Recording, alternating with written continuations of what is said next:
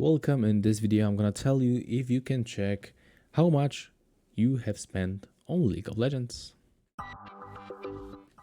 Okay, so take a look on official Riot Games. There's this website under construction that how much you have spent in League. Maybe in the few months they will release it, but there is something that you can actually check when you go for the store and go for purchase Riot points.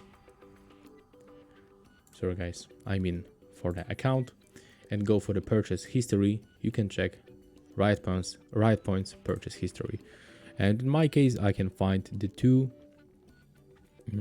purchased for almost 3000 Riot points and over 1000. But you have to remember that it's only about the purchase that you did on exact region before moving to another one.